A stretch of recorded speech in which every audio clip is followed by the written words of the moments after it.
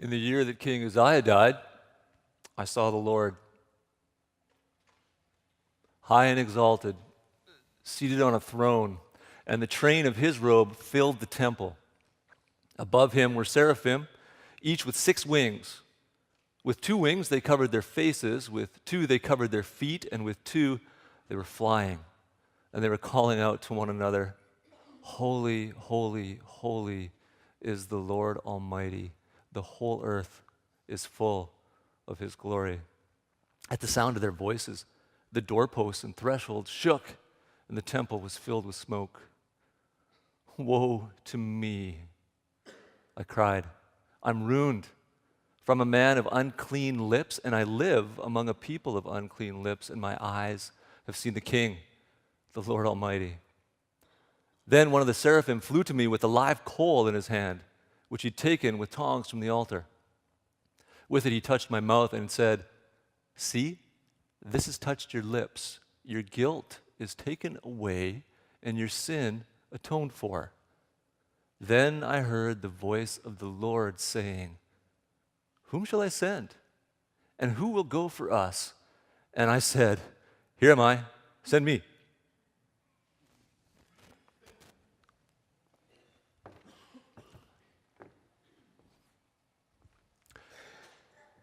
This text, Isaiah 6, has kind of bruised me. I feel like I've been bruised by something beautiful. Welcome to week 3 of our beauty series, and welcome as well to Nipawa joining us. We're going to move through this passage verse by verse, and I'm not going to tell you what I think it's going to do to us, because I don't want to have you maneuvering farther ahead than the encounter here will take you. So, with a wide open agenda, let's move in. First verse, in the year that King Uzziah died. If you were reading this or hearing Isaiah tell this story in about, 650, 700, that'd be more than that, about 750 years BC, you would immediately go, Uzziah, we know about him. And his name here would serve as a warning to you that there's something going on in this text. Uzziah was a king of Judah, and by all accounts, a pretty good king. He conquered the bad guys, and he restored good things. He ran a pretty good kingdom. But then towards the end of his reign, he did something that was ill-advised. He went into the temple, breaking the protocol that was given by God himself for what is supposed to happen in the temple. And he went in against the wisdom of all the priests, like 80 of them followed him in, saying, "Don't do it. Don't do it, don't do it." And Uzziah did it. He went right to the altar, and we don't know exactly what it was, but they're begging him, "Please don't do this." And as he does whatever it is he does, overcome with his power, this is the powerful king talking to the priests, and the text in Chronicles says, as he was raging at the priests, the Almighty struck him with leprosy. So, we're reading about something that happens in the temple. Isaiah's praying in the temple, and the first thing we're reminded of is of Uzziah, who got leprosy in the temple because he did something wrong. So we're all ears about what's going to happen here. In the year that King Uzziah died, I saw the Lord high and exalted, seated on a throne, and the train of his robe filled the temple. Above him were seraphim, each with 6 wings. With 2 wings, they covered their faces. With 2, they covered their feet. And 2, they were flying. Some commentators think what's happening there is so holy that they're covering feet, they're covering their faces. Even the angels can't look at this holiness of who God is. And they were calling to one another, as we sang earlier, "Holy, holy, holy is the Lord Almighty. The whole earth is full of his glory." At the sound of their voices, the doorposts and threshold shook, and the temple was filled with smoke. This is a scene of beauty.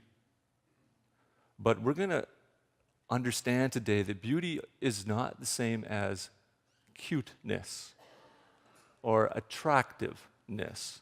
There is a beauty that is a certain kind of holiness, and when you encounter this sort of beauty, you have a reaction like Isaiah does. You don't go, oh, it surprises you and it knocks you back. I coach my son's hockey team in McGregor, and it's a rec league, so there's a wide variety of ages, and there's, I think in this particular age grouping is like 13 to 15, which you can be 13 and 85 pounds, and you can be 15 and 6'3", right?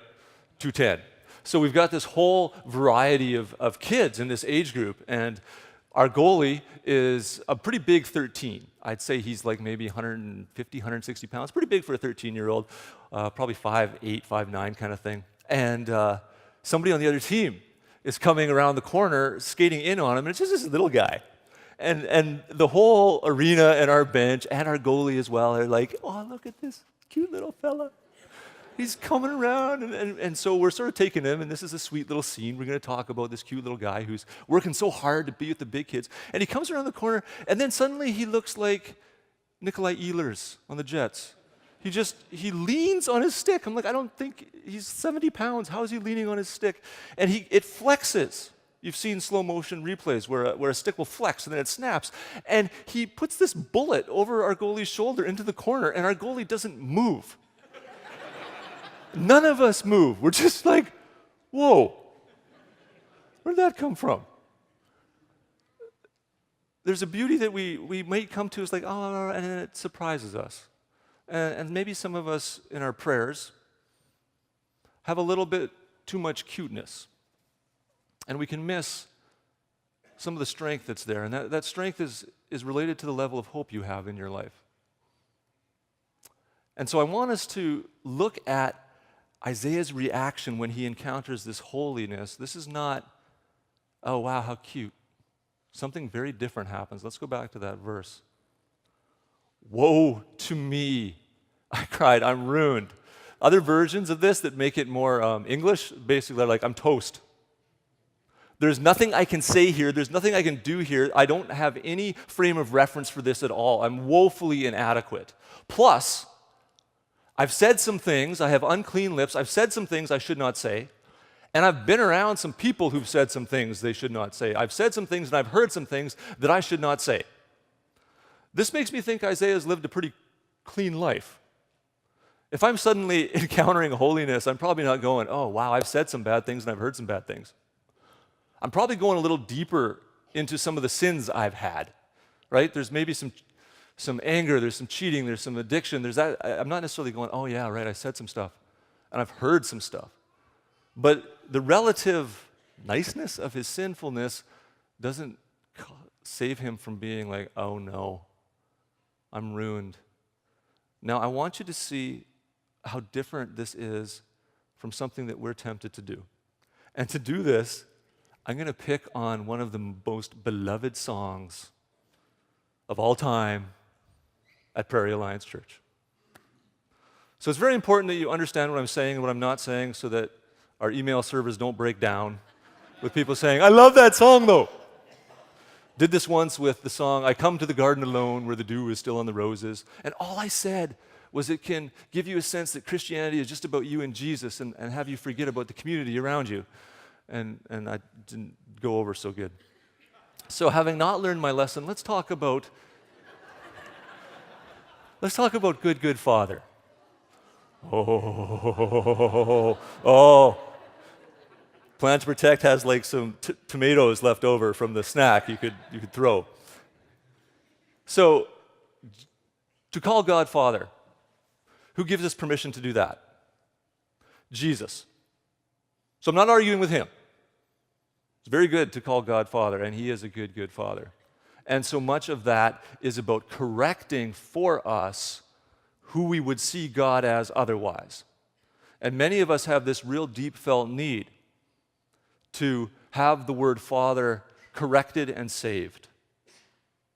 So we hear Father, and no matter who you are, you automatically think of your own father, and then that's sort of projected on our heavenly Father.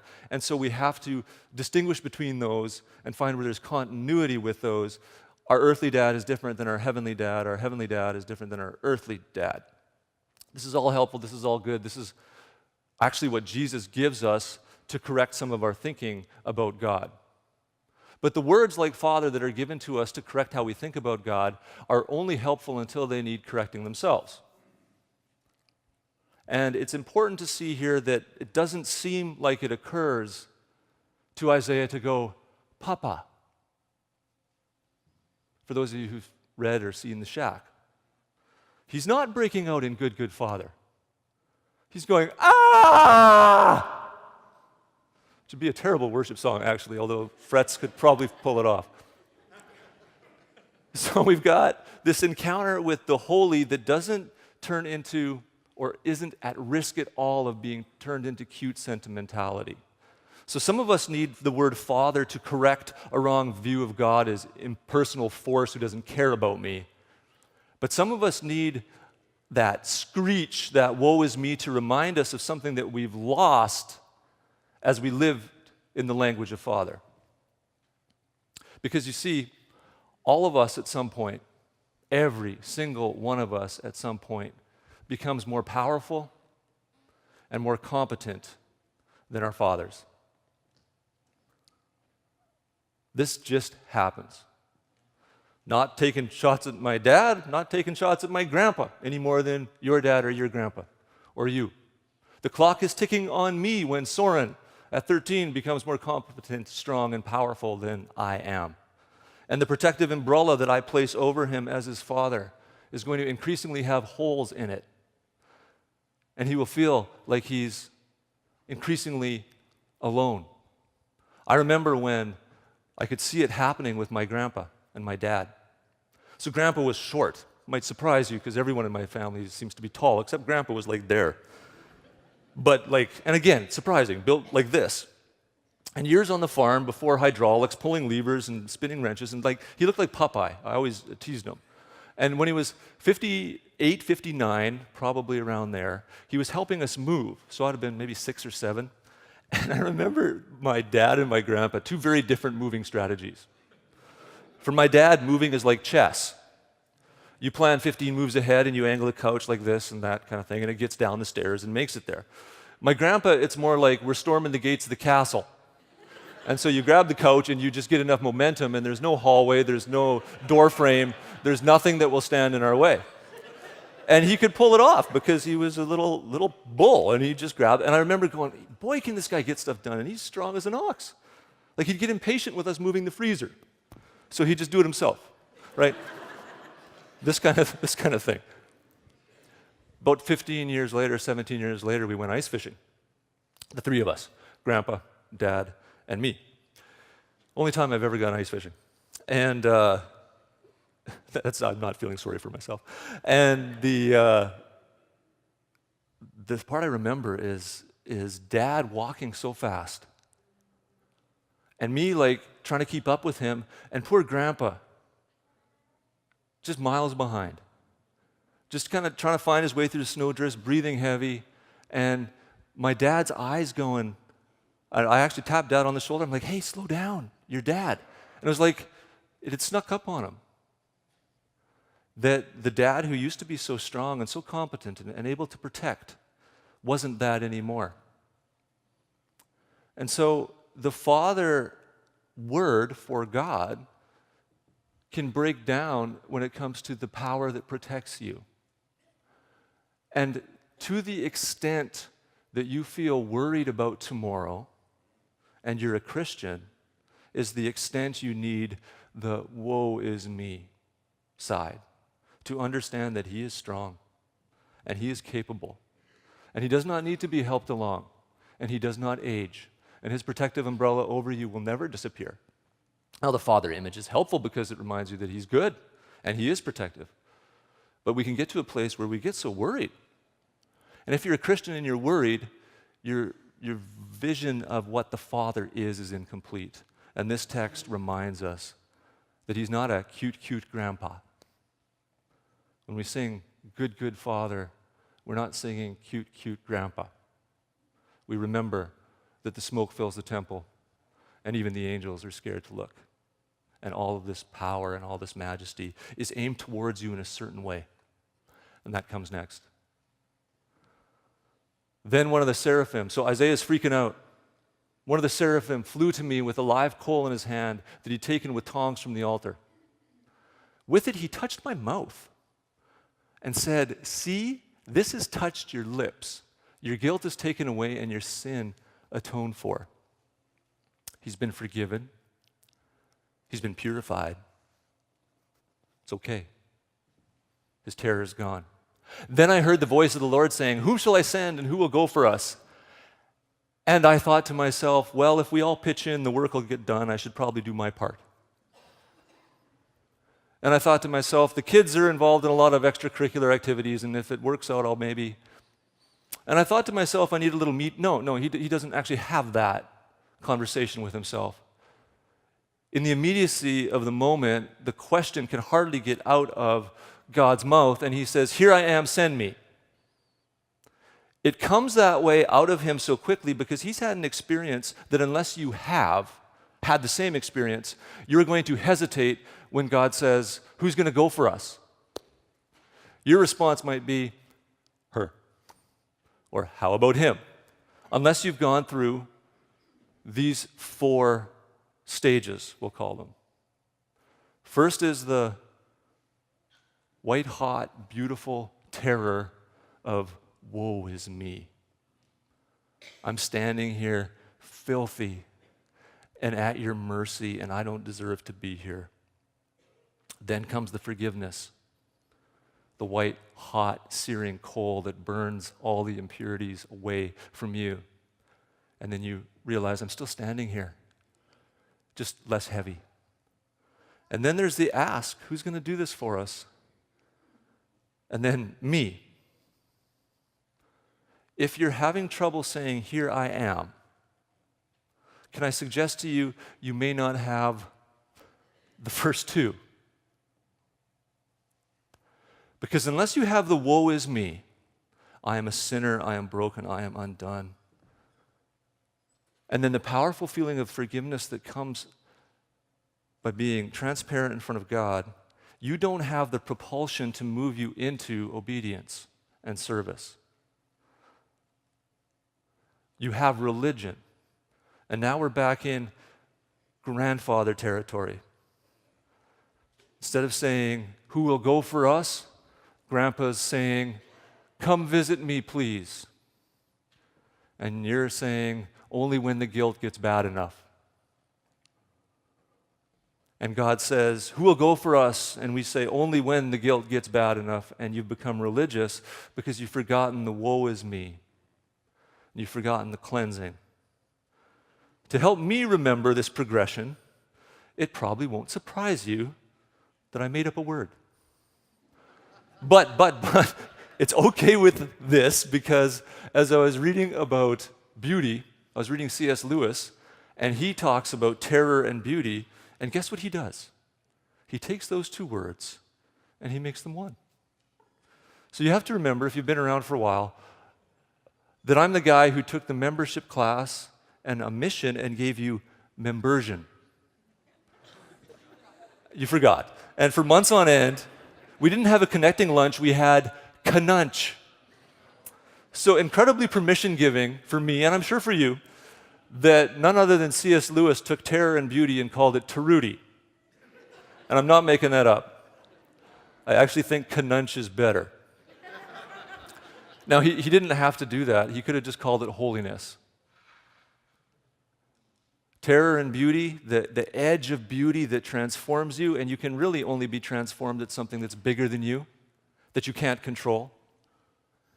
The terror and the beauty come together in holiness, and when they touch us, we're never the same. My word is, woeful go me. Woe is me. I'm forgiven. Who will go? Me. Isn't that good? Woeful go me. Thank you. I think it would help it stick if you said it. This is the kind of thing that I do at home, and my wife says, like, kids, don't say it. It just encourages him. So I understand if you don't say, woeful go me. But you will go home and be like, what are those 4 things? And somebody will go, woeful go me. Woe is me. I'm forgiven. Who will go? And me.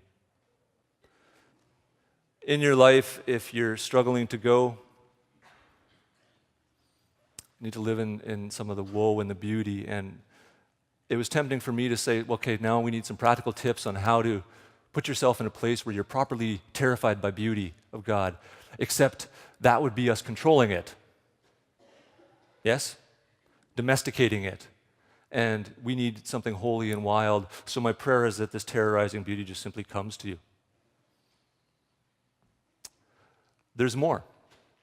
After he says, here I am, I'll go, he's told what he has to do. And it's terrible. He said, this is God now saying to Isaiah, go and tell this people, be ever hearing but never understanding. Be ever seeing but never perceiving. Make the heart of this people calloused, make their ears dull, close their eyes, otherwise they might see with their eyes, understand with their hearts, and turn and be healed. This is a terrible thing to have to do. God's saying, Isaiah, I'm actually more or less going to, in some sense, waste your life. There will be no fruit. Your best preaching will only cause people to hear less. Your acts of service will shut down their eyes. They're not going to notice it. And Isaiah understands him this way because he says, how long do I have to do this?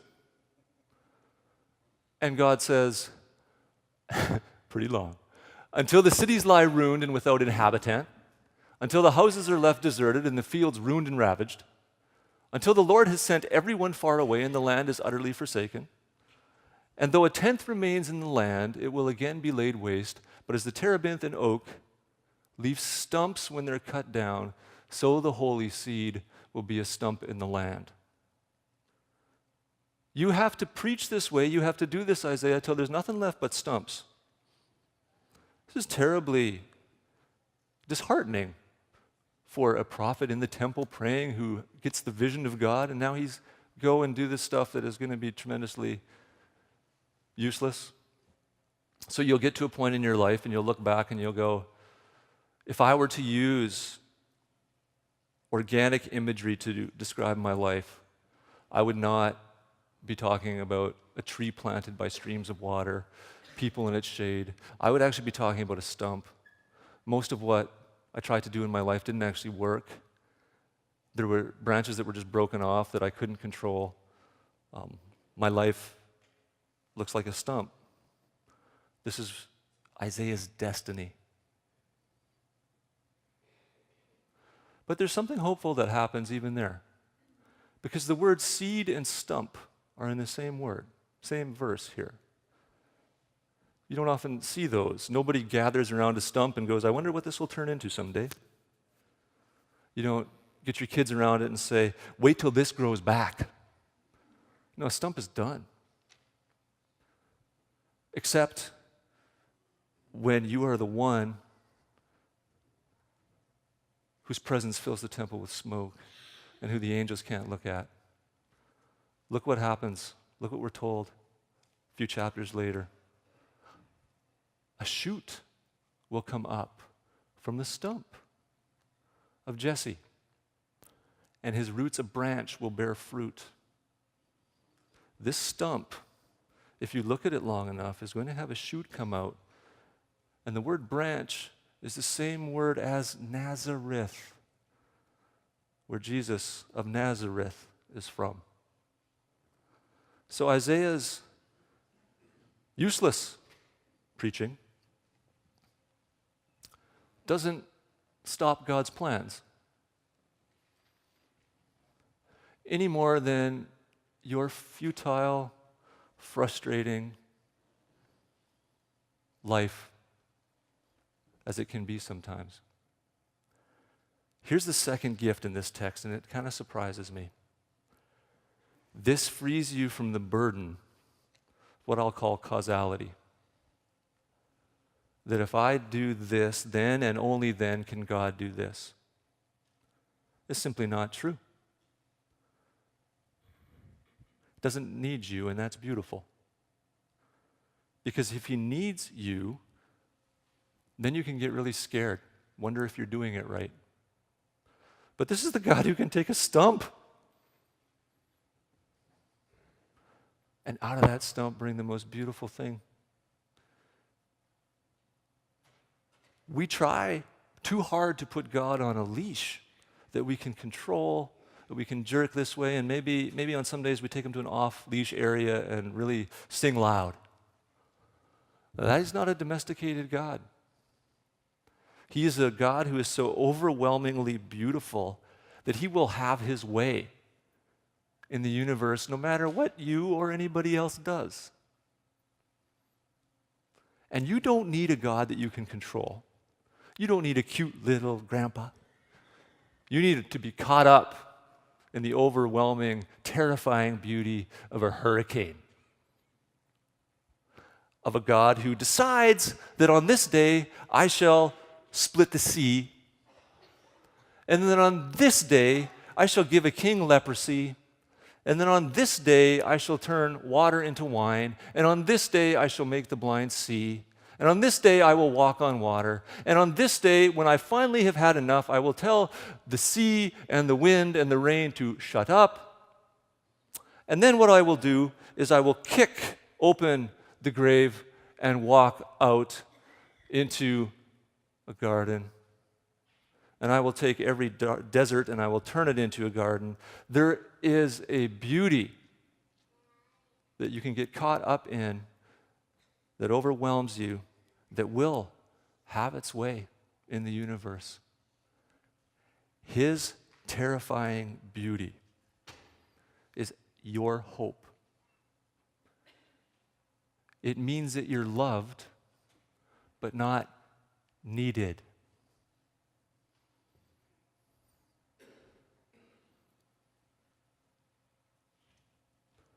I'm going to turn it over to Nipua there. Thanks for joining us. And I'll invite the band out.